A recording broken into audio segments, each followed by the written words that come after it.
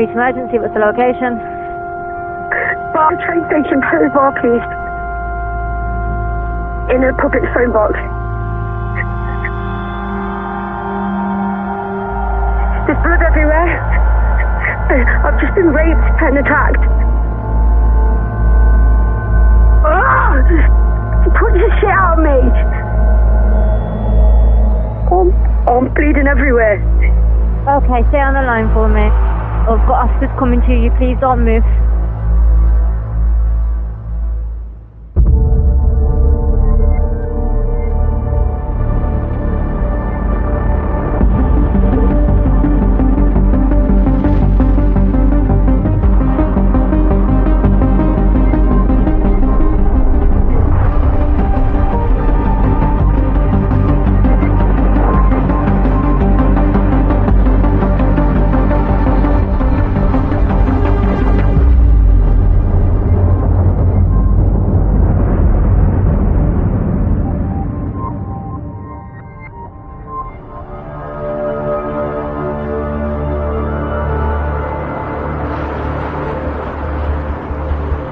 In North Birmingham, a woman has reported being attacked and raped in a public phone box in the early hours of Saturday morning. While she's taken to hospital for treatment, a forensic investigation gets underway. This was a really, really brutal and vicious attack. You don't expect someone to be raped in a telephone box on a busy road in the early hours of the morning. She's gone out for a night out and she's not safe to walk the streets. So the telephone box is where the actual incident happened, isn't it? Yeah, I mean it's a real vicious attack. It's horrific, isn't it? At 1 o'clock-ish in the morning, how busy is the traffic and how well is it lit as well? You don't know, do you? So I think if we swap the offence location. I'll have a look just to see if we can get any cellular material. Yeah. It's very brazen to do it out in the open. I'm amazed that nobody saw or stopped. Crime scene coordinator Joe Ward directs a detailed examination of the phone box, looking for any evidence that may help police identify the attacker. There wasn't anything particularly that right there. A public telephone box can cause some issues. Members of the public use that phone box. There'll be their DNA, as well as obviously any fingerprints as well. And that's kind of contaminating the scene as such. And all you see initial marks here, when they appear to be in blood. The blood in the phone box is mainly contact marks, so someone that's bleeding or has got blood on them actually making contact with the surface. There's a bit there and there's a bit inside here, so on the side of that you want to look into more. Yeah. We know the victim was badly beaten, but has the offender bled? Has the victim managed to fight back? Whose blood is it?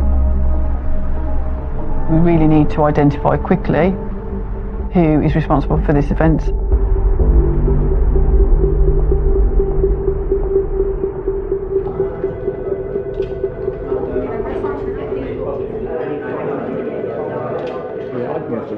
Where the phone box is, it's the bushy guy. It's like the train station is here. It's that phone box just after. Detectives from the Specialist Rape and Sexual Assault team gather for an urgent briefing. Right, morning everyone. So what we know so far, we had a lone female leaving Wetherspoons Public House where she was brutally raped and attacked inside the phone box. So obviously what we know is when, we know where. The main focus of this morning is who the male is that has attacked her. This attack on our victim is what we call a stranger rape. There's no relationship, don't know each other, it's just a straight grab off the street. I'd say that they're rare, but with all stranger rapes, the biggest challenge is we've got to connect two people who seem to be not connected in any way, and we've got to get those two people and we've got to put them in the same place at the same time. Adele, I know you've been with our victim. I understand she's got some horrendous injuries. Are you able just to gives a bit of brief on how she is. She's coming across so strong, but I think she's in shock. What are actually her injuries? So visually you can see all from the face. She's bled quite a lot, hasn't she? Under her eye there's a big cut. That's quite deep, that is. Your priority really is your high and low vaginal swabs, as well as the pants as well. I mean, you can all appreciate anybody who's wandering around those streets capable of doing what he's done. We've got to focus everything on getting this guy in right now. Thank you. He's committed horrendous acts. I can't predict what he's going to do next. Every day that goes by that he's not caught, the risk to the public is obviously increasing.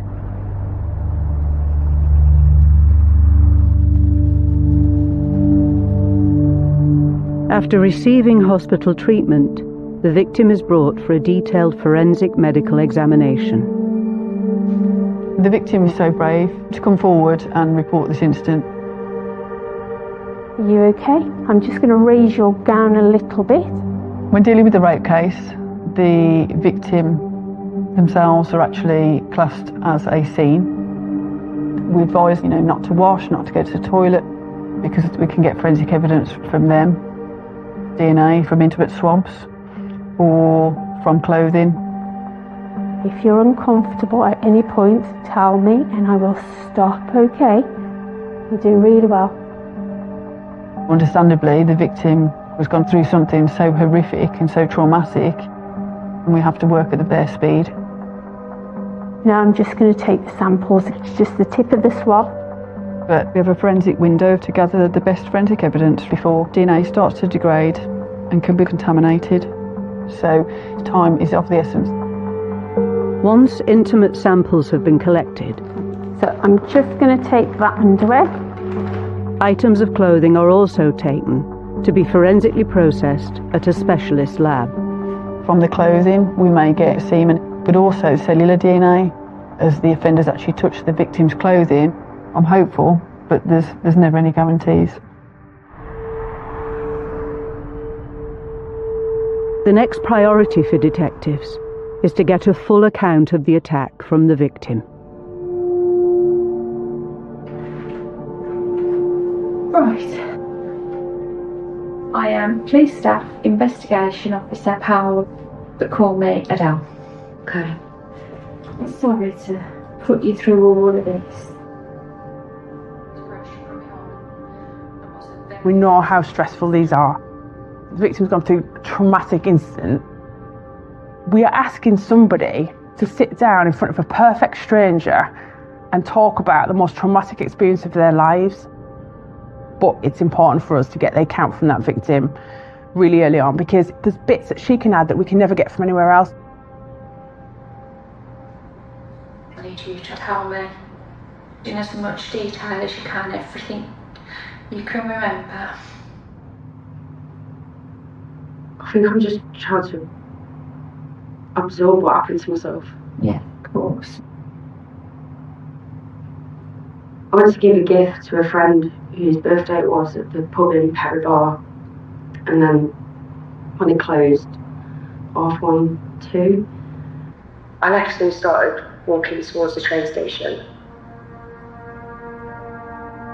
I can see she can't open her eyes. They're all bruised. She's got a broken nose.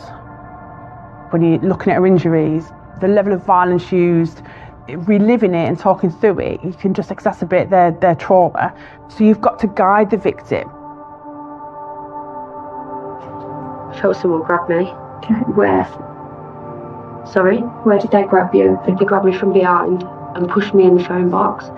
He had his arms around me. He was punching me as well.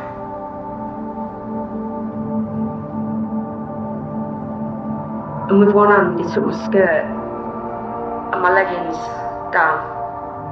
And then I'm trying to move, but then he's continually hitting me on my head and my face. And he raped me. Have you felt any ejaculation? I don't know, to be honest. Everything just happened. During any of these, has he spoken to you? He did just say shut up or something like that. but he did have like a foreign accent, like Middle East, Kurdish, Romanian. Yeah. And what about his height and his build? He wasn't that big. I think kind of 5 foot. Do you remember anything noticeable on him? Tattoos, markings, anything? I didn't know, to be honest with you. But I did say to him, leave me alone, leave me. I think she's done incredibly well. She was able to tell us his height. She gave us his accent of where she believed he was to originate from. This can sometimes be a bit subjective, but that's the only information about the suspect that we've got at this time. It was a really good starting point.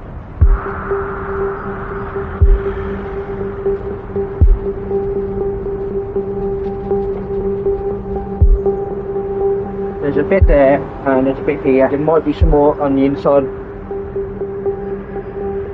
After swabbing the blood in the phone box, the forensic team hunts for any fingerprints that may have been left by the rapist. The fact that the rape has happened in a confined space gives us more chance that the suspect may have touched the telephone box as he's committing that offence.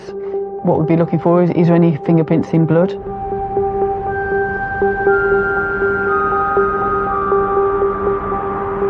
There needs to be some more here, but it's not the best quality.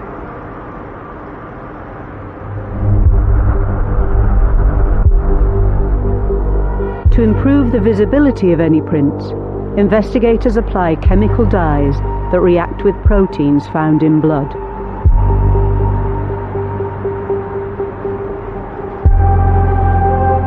I can definitely see colour change here.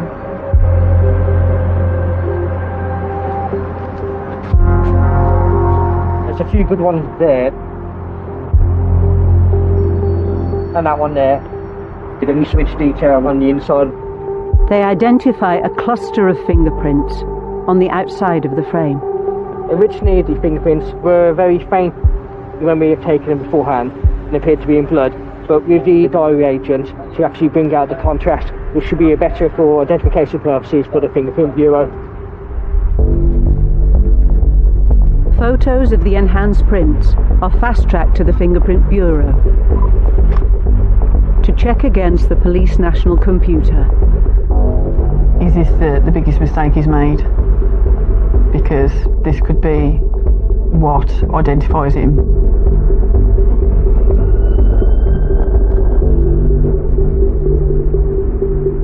CCTV, where are we in relation to the CCTV? Axon links have been sent for the actual camera footage from One Stop Shopping Centre security team themselves. We've got the footage was actually going to go to 4 AM because their camera's pretty good and it gives a whole overview of the area.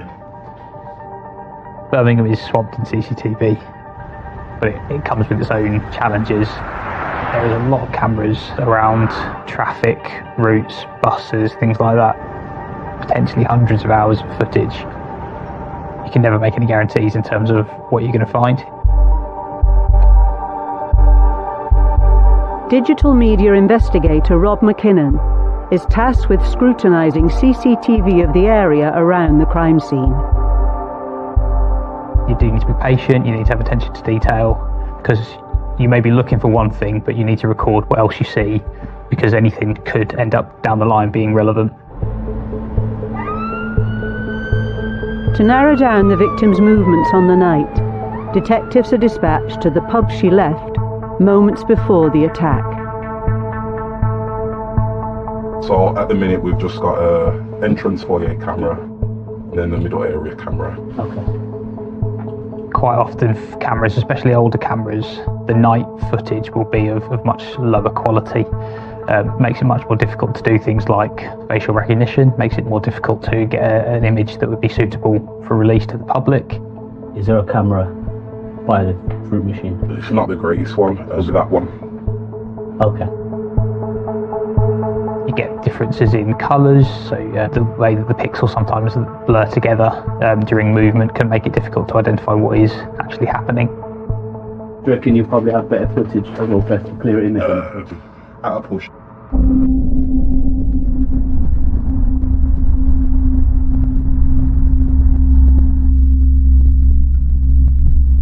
Looking at multiple cameras, Rob focuses on a key time frame between midnight and 2 a.m.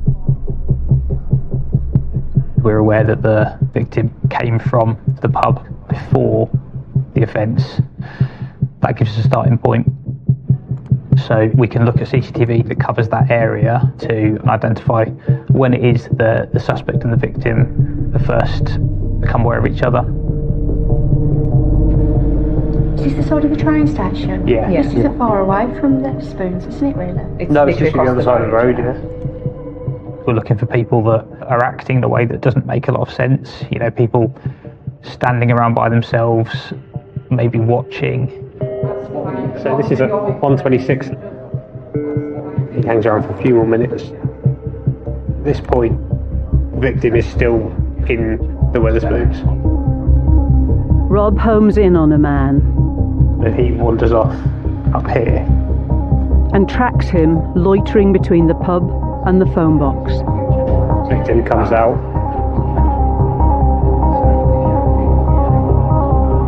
Crosses the road into the station.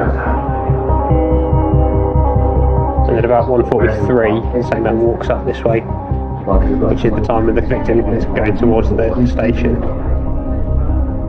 What she doesn't know is that he goes around the corner and waits.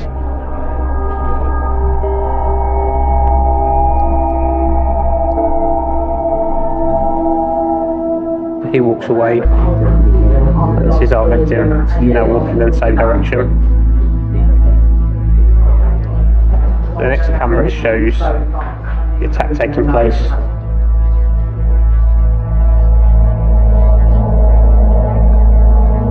I'm presuming he has been waiting around there.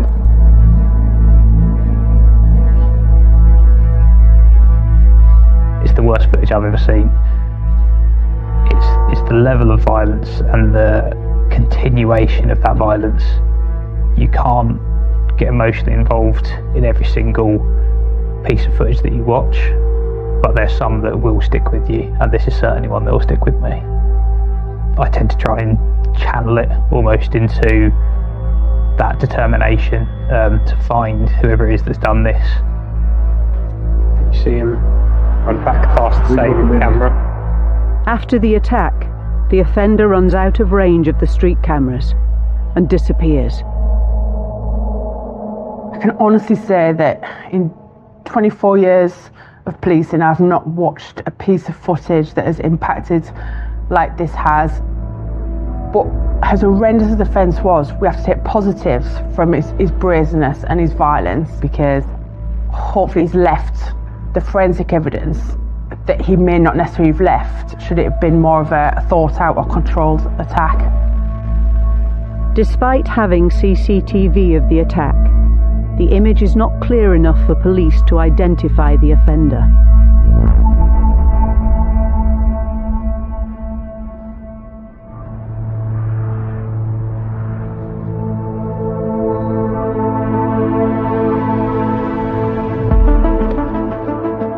With no identifiable CCTV, detectives are hoping the bloody fingerprints from the phone box may provide a lead. It's a digital photo of ridge detail associated with blood on the exterior of the phone box. But first, examiner Mick Colleen must compare the prints to those belonging to the victim to eliminate them from the inquiry.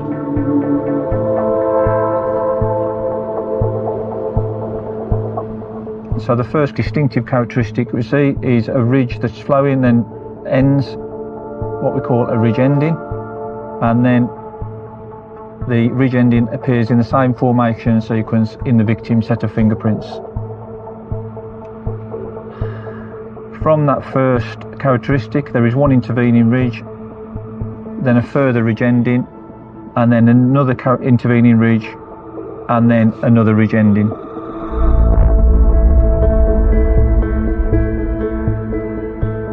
There are 8 ridge characteristics in the same formation and sequence appearing on the crime scene mark and on the fingerprint form, so I'm satisfied that this is an identification against the victim's set of elimination prints.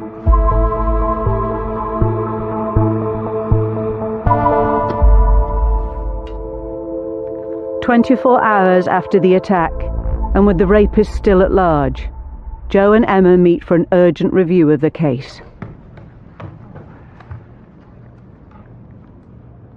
So just want a bit of a summary of what's happened since we last spoke. So the fingerprints from the telephone box have come back. A lot of them were insufficient detail, but one came back and was eliminated to a victim. Okay. Went and dried blood swabs from the actual phone box. So the assumption is really all that blood, yeah, it's going to be hers. All the intimate samples have already been submitted, and we didn't get kind of any positive DNA result from them. We're obviously waiting for the DNA to come back from the pants from the victim. I was really hopeful that we'd find some DNA or fingerprints, but the results are all negative so far. We're against the clock. I am feeling the pressure because this man is a danger to the public. He really is.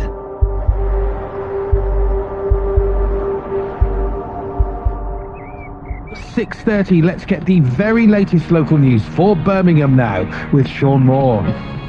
ERMB News. The police are investigating a rape and assault in Perry Bar. West Midlands police were called to Walsall Road in the early hours of Saturday morning following reports that a woman had been raped. The man's described as having a slim build and wearing tracksuit bottoms and hoodie. Anyone with information is being urged to come forward.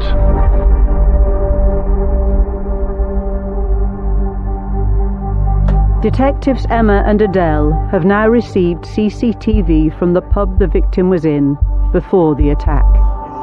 So this is the foyer looking out, so people entering into Wetherspoons, so we can see faces. They need to scan through hours of that evening's footage to see if they can spot the man in a dark tracksuit seen committing the offence.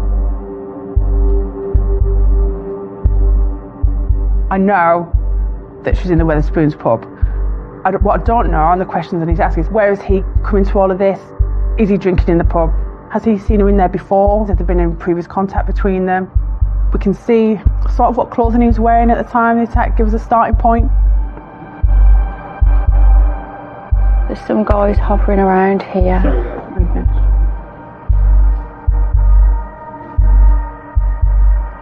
This guy looks like he could be a guy.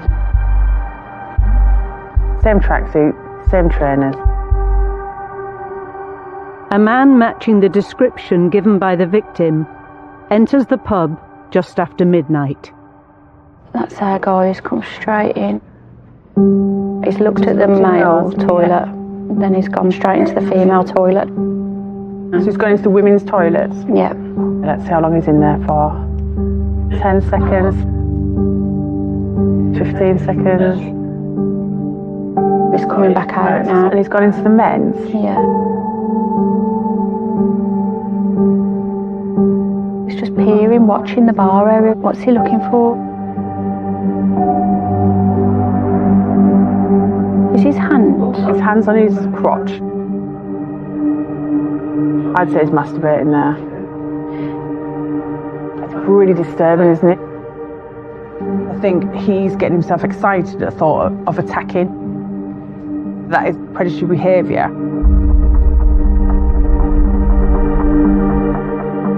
Emma and Adele closely monitor the man's movements as he hangs around the toilet area. Hold on, is that our victim?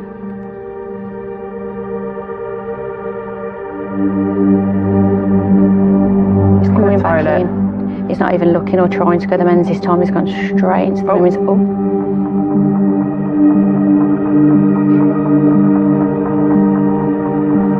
She's just exited the toilet.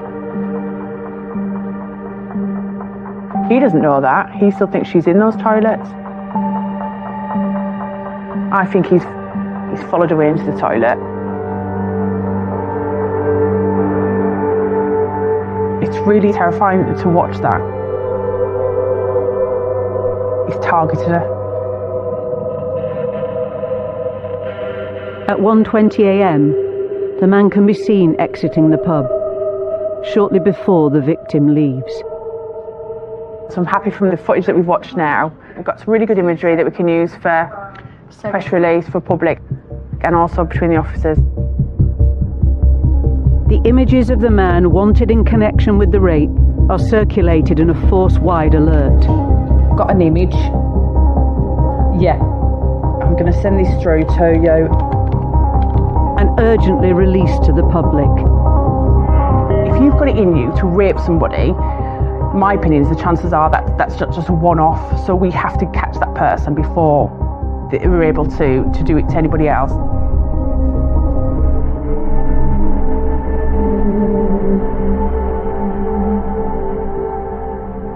Rach, do you want to just come over and have a look at this CCTV?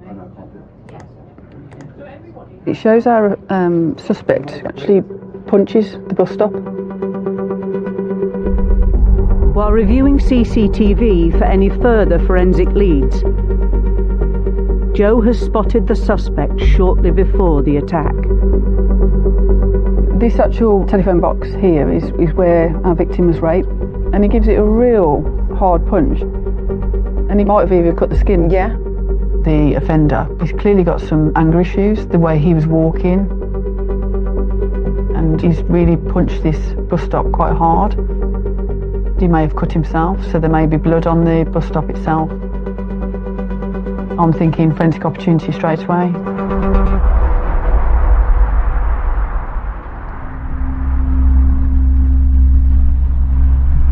So when you look at CCTV, you can see him punch around this area. So I'm going to kind of swab this area in the middle here. Coordinator Rachel Hughes is sent to swab the bus stop for any trace of skin cells left by the offender's punch.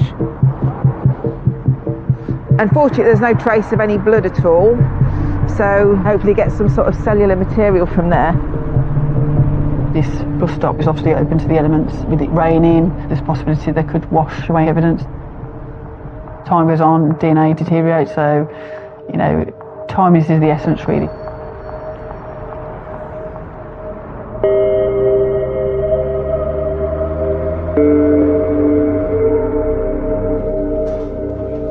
One of our own officers has recognised a potential suspect from his patch that he covers. A known offender who closely resembles the circulated CCTV image has been identified by a police officer.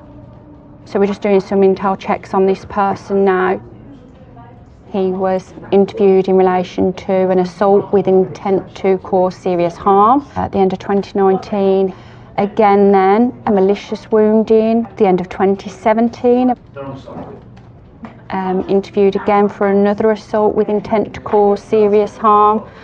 So there's a history of violence from this person. And the victim states this was such a vicious attack, so that matches. He had me from behind and continually hit me with blows to my face and my head. So when he's hitting you, what's he using? His hands. Okay, when he says hands, are we talking arms or fists? Fists. Okay. It happened really fast. It's like my head is a bit frazzled. Again, I'm sorry. We've got images of him on our systems. There is a striking resemblance in relation to the image. The hair on the top, the same, similar age. Everything is pointing that this is potentially our suspect, so I think it's really important that we get him straight in. We've got to act fast. We're not going home today until he's in custody, because we cannot have that man walking around these streets a second longer.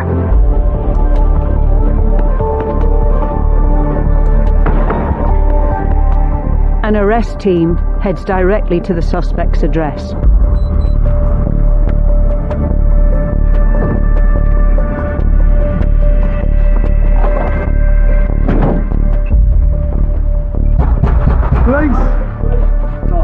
What's going on? You're going under arrest, right? For what? Right, for rape. For rape? Yeah. Are you being serious? You've done for rape? Are you serious? That's a big allegation, you know. It's on the road, which tries to do. I know I'm thinking you Right, over there, pal, yeah? rape, you know. Come on, boy. We're waiting for forensics. I think if we do a search of the premises, try and locate whatever we can find. In my opinion, he holds quite a likeness. Yeah, it's a strong. It's a strong likeness.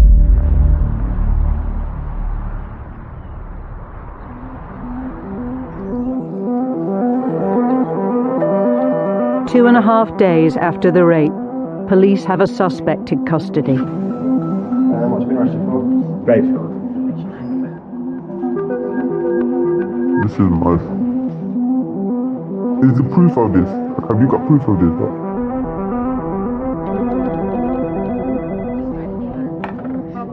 Joe Ward, crime scene coordinator.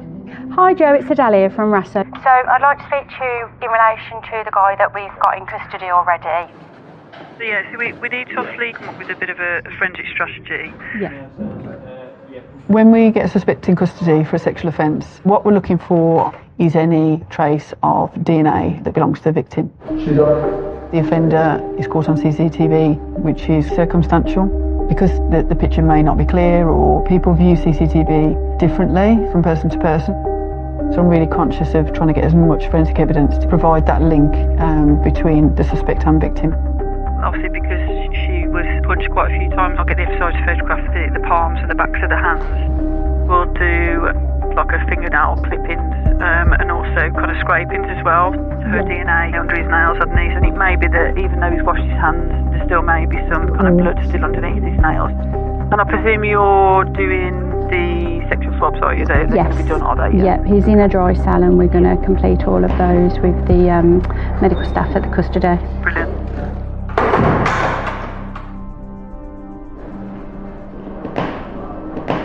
While the suspect is held in a dry cell to prevent him from washing away any evidence, tests are underway to forensically connect him to the attack. First, we're just going to photograph the underwear as they've been received.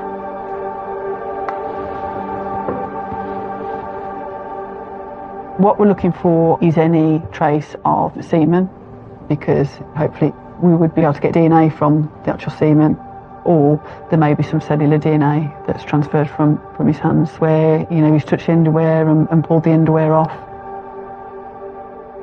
Forensic examiner Jamie Lee Knight starts by testing for skin cells that the suspect may have transferred from his hands to the underwear. We're going to mini tape the outside waistband because the offender has grabbed the victim from behind and pulled their clothing down, and we're just looking to target any areas that the suspect might have come into contact with.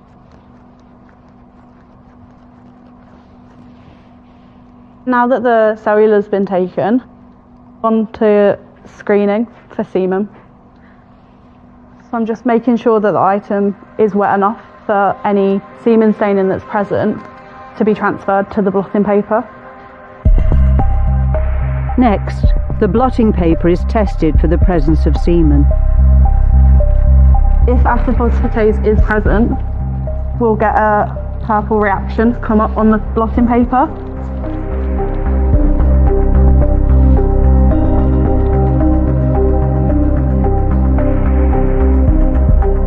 This purple indicates the presence of semen. That's a very strong positive.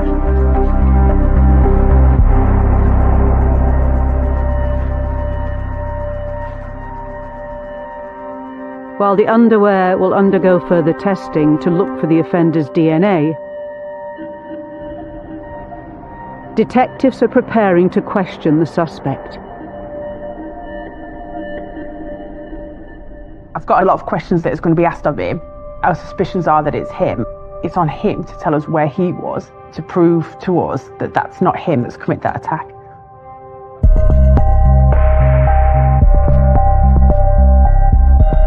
I would like to read out a prepared statement. I vehemently deny all of the allegations against me. I was not present at the scene of the alleged assault and rape. I've never met this person in my life. Although I do not recall where I was on Saturday, I was not near Perry Bar train station. I will now be answering no comment to all questions put to me. I appreciate that statement, but obviously we've got some further questions that we need to answer you. I'll show you some CCTV captured from the Wetherspoons in One Stop and Perry Bar.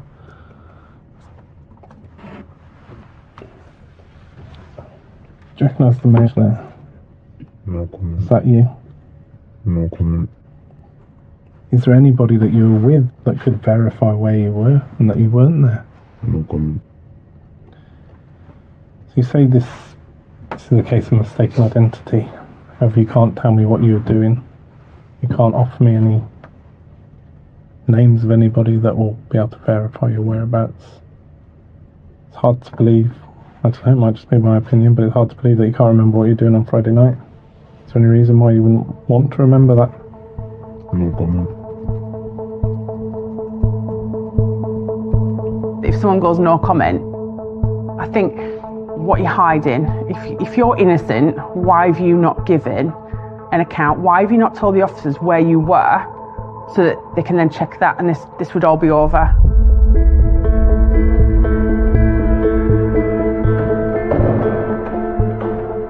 I don't think at this point we've got enough to charge, so we're now relying on the forensics to take us further forward with him. With the suspect refusing to answer any questions, detectives have 24 hours to charge or release him.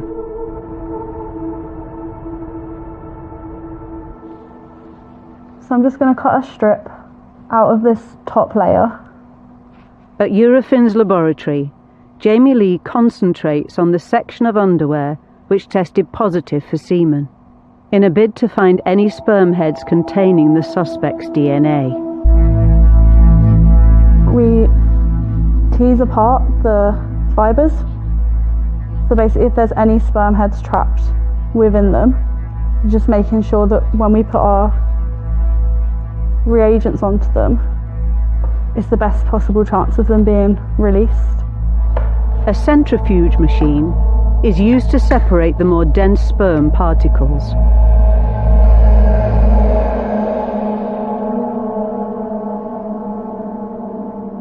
Next, Jamie Lee adds a dye to stain the sample. If any sperm heads are present, they will turn red.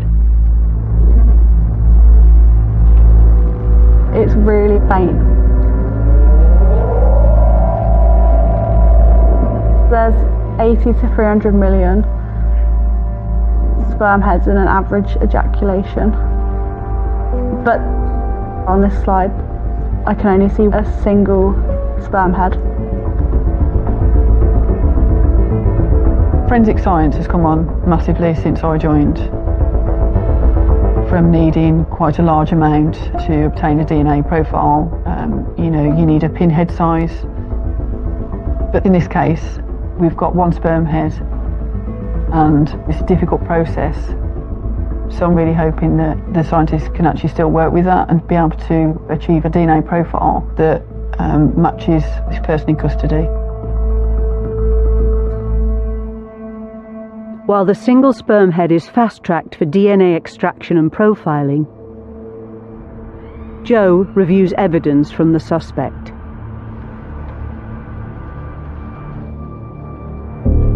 So this is the male that is currently in custody for the rape offence. Just looking through the photographs that were taken earlier today. The discovery of CCTV showing the offender punching a bus stop has prompted her to focus on his hands. When you're punching a hard surface with some force as well, which it was clear from the CCTV, he really did punch it at force. What I would expect to find is some visible injuries to the hand, and it was his right hand. He's also punched the victim several times, and again, I would expect to find some swelling or some bruising. On the left hand is what appears to be old scarring, but there really isn't any visible injuries whatsoever to the right hand at all. So that's a little bit concerning.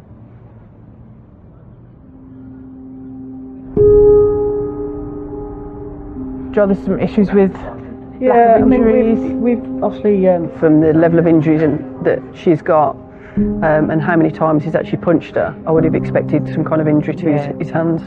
Certainly his right hand, which is used, and there's nothing at all.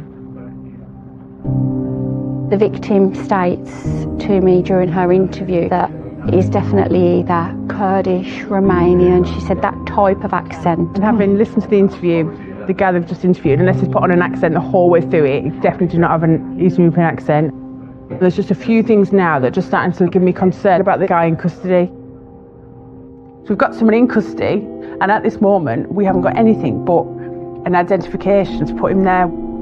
It's a really difficult position to be in. What we need is forensics to say, yeah, we found some DNA, we've got the right person in custody, or say it's not him. With the 24-hour custody clock to charge the suspect running out, detectives are granted a 12-hour extension to carry out further inquiries.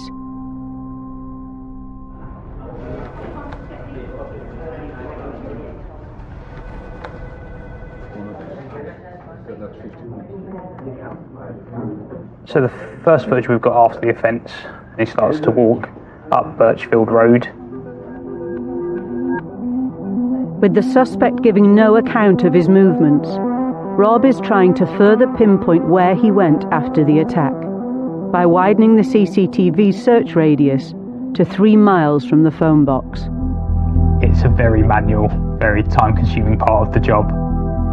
We've recovered hundreds of hours of footage that needs to be reviewed using a track and trace principle, where we identify where somebody goes off camera and then he crosses over onto Harrier Way. We then try and find the next camera on that route. The next footage we've got, he appears on the left hand side walking up towards the right. And then a few minutes later, a second male wearing a green jacket walks in the same direction. Rob has discovered footage of what appears to be the suspect with another man, 15 minutes after the attack. We're not sure of the identity of the second male, but obviously we know that he wasn't involved in the actual offence because we've got the footage of that, and that shows that this male was acting alone. You can see that there's some movement on the left-hand side. These two males are our males that we've been tracking. Now in the corner of this footage you can see there is a dark coloured van. It looks potentially blue. And the lights turn on and the doors seem to open and close. And at around 2:40 in the morning, the van lights turn on and it drives away. So we now know that 55 minutes after the offence, the suspect is driven away. Right now we need that blue van. That's what we need to find, because that is our main link now between the suspect and the offence. Using automatic number plate recognition, the van is tracked from the time the offender drives away until later that same morning. Have you got it? You've got the vehicle anyway. Have a look. After identifying the van's number plate, detectives are able to link it to an address. I've picked onto this person, who is Cornel Gabriel Philippatch. He matches the description. Do you not think his hair was a bit... No, I think when you look at the hairline on the moving footage, it matches that hairline there, look. Right, so we've now got a name. Police have now identified a second potential suspect, 21-year-old Cornel Philippatch. We've got a name, we've got an address. He's driving that van straight after that attack. It's only circumstantial at this stage, so we need to get him in as soon as possible.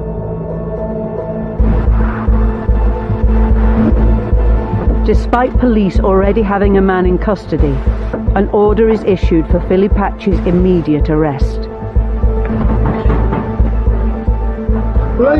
Please, stand still. Please, open the door! Open the door! Or it will be put in!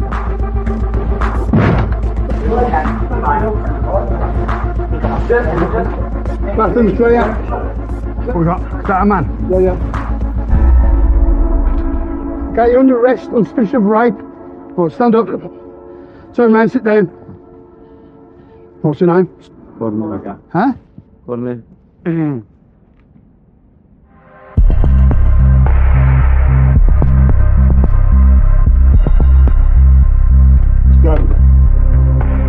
3.5 days after the attack, Cornel Filipacci is brought into custody to be questioned.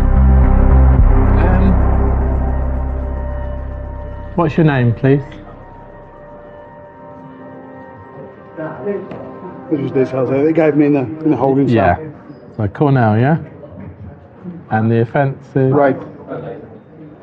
Okay. What language would you like to speak Romanian. in? Romanian. Okay. What do you do for work? Me, I can't speak with you. The arrest of a second suspect presents Senior Investigating Officer Emma Watson with a unique dilemma. I've got 2 suspects in custody. Only one of them can have committed the offence. That first suspect, I don't want to release him because I'm still not confident that it isn't him. The fact the police officers identified him, and I know he's a violent offender, and we need to protect the public from a potential rapist. But with Cornel Filipacci, I've got a name that's Eastern European, and victim describes him as Eastern European. The accent, that fits. Face fits, the CCTV. But without that forensic evidence, I can't say that it is him. Let's go. Police now need to capture any potential DNA evidence which may link Filipacci to the victim. Open your mouth. Thank you. Even though it's a few days after the offence, there are still opportunities to get forensic evidence from him. It may be that he's not washed his clothing since the offence. He may have not showered. Flip your hand over for me. Thank you. Intimate swabs will also be analysed for any traces of the victim. Can I have a look at your hands, please, sir? These little marks here, can I photograph those, please? But that's no Yeah, that one. Yeah, what you take, yeah. don't help me. No, I appreciate. I'm not stupid, you know. No, I'm not either. But take the picture and that's yeah. it. Take the picture, that's it. Take Yeah. picture. Yeah. You can Yeah. take a picture, no problem. Yeah. Okay, that's lovely. On the suspect's hands, there are visible injuries which are encouraging. So he's got to explain those injuries. Just in that room, okay?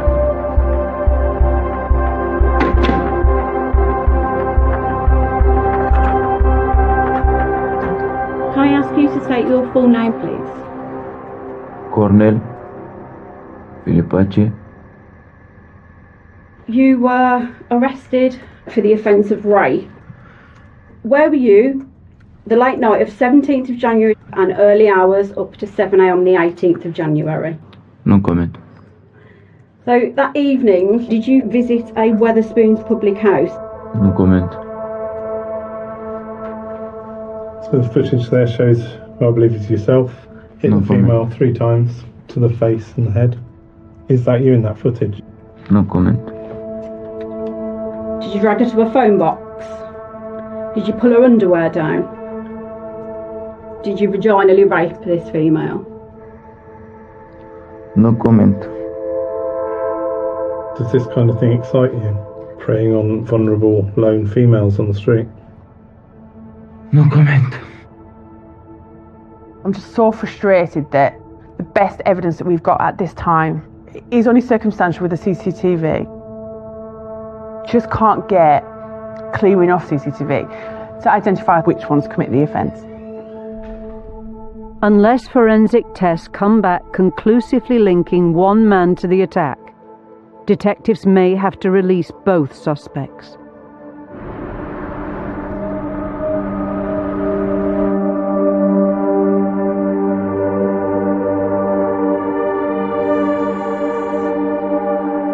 a specialist laboratory has been attempting to extract DNA from the single sperm head found on the victim's underwear.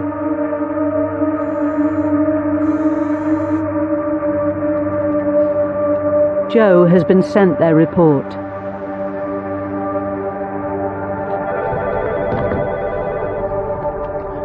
Good morning, Central Ross. I'm Watson speaking. Can I help? Hi, it's Joe. I've just literally received the update from the lab with the results of the underwear. Yep. A single sperm head was observed, but that's come back inconclusive. The sample's too weak. Oh, God. Right, okay. It's quite disappointing, really. I was hopeful for a positive result and a name, but fingers crossed the further testing from the cellular DNA and get us a result. Okay. This feels like a massive setback. The process of extracting sperm heads from semen is tricky and we're not getting the results through. And that really worries me at this time. With police lacking a forensic link to either suspect and an approaching deadline to release them, one last test remains.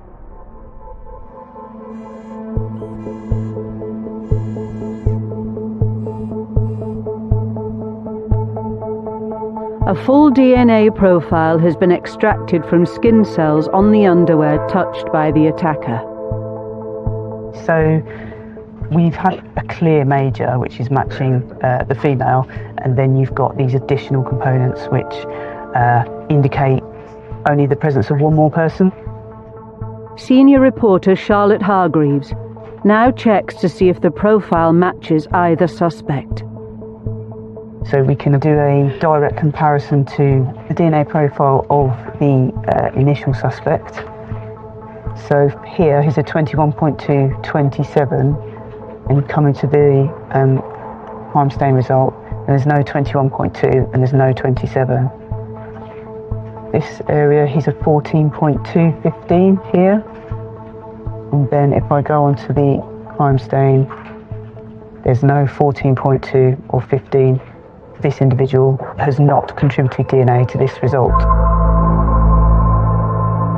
Charlotte is able to show that DNA from the first suspect is not present on the victim's underwear. Next, she moves on to examine DNA from the second suspect. So you can see that this 16 does match Cornell Filipacci. Again, we go to the next area, 1316.2.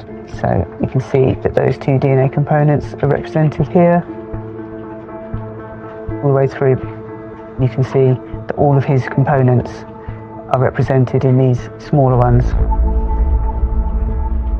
So in my opinion, Cornell Filipacci's DNA profile does match to DNA components present in the crime stain.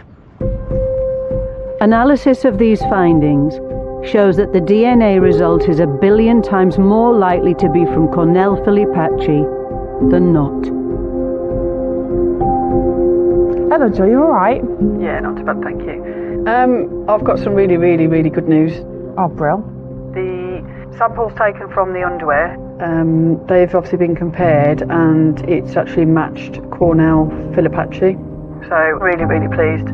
Oh, that is brilliant. I should go brief everyone. No, brilliant. Thanks ever so much for letting me know, and I'll just brief everyone, let them all know, and then I'll get back in touch with you about what we do next.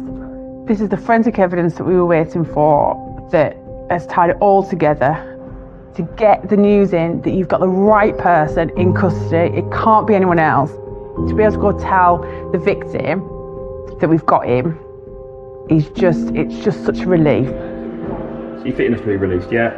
Oh, she's a veteran. So give me a signature in that box, please. Thank you. But the other side of it is that we were able to clear an innocent man. To be able to say forensically it wasn't him means that I can release him. Most important is we will be able to charge a dangerous offender, because forensic evidence now, there's no denying it, there's no arguing with it. He cannot account for why his DNA is in her underwear other than he's committed the offence.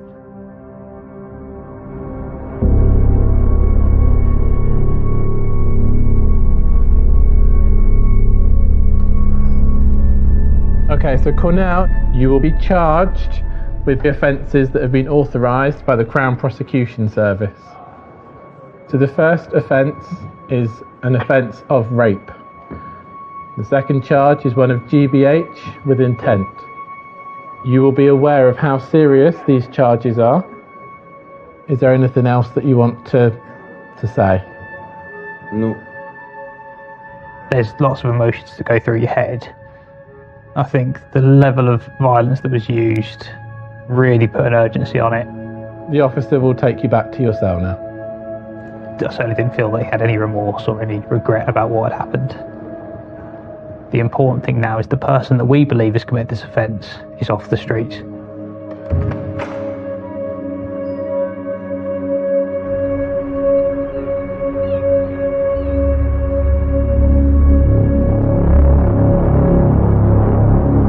I'm as confident as I can be. We've got a strong case, and I'm hopeful we can get it across that line.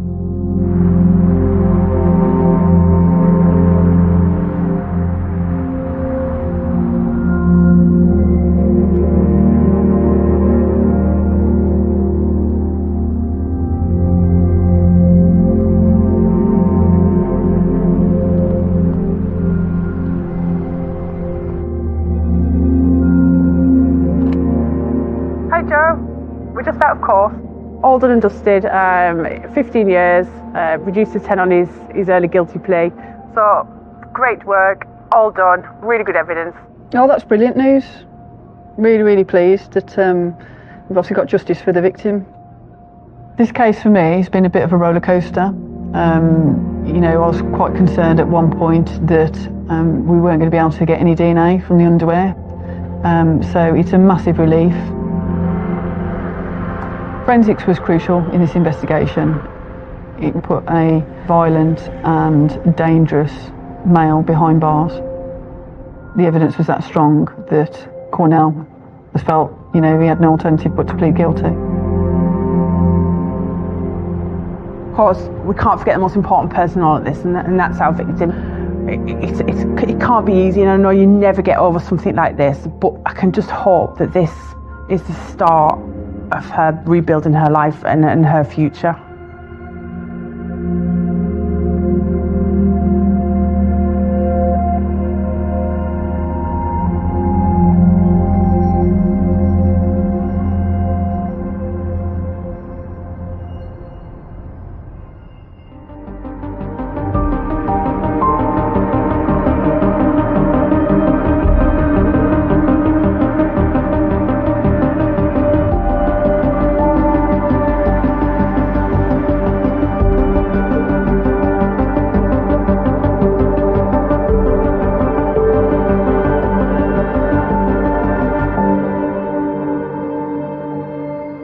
Concrete jungle to the starry skies.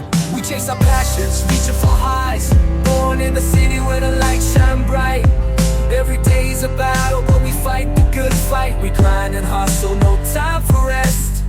In this urban jungle, we give our best. It's the rhythm of the streets, the beat of our souls.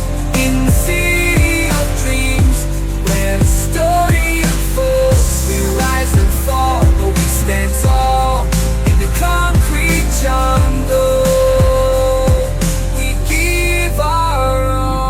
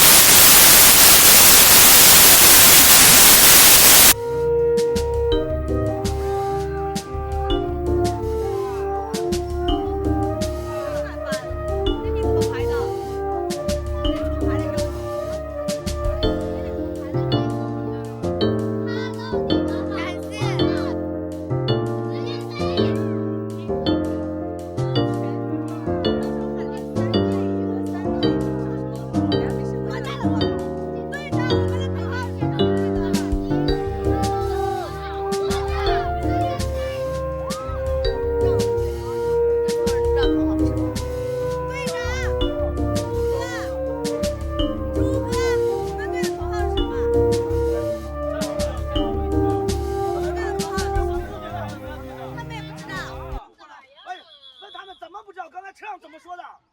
口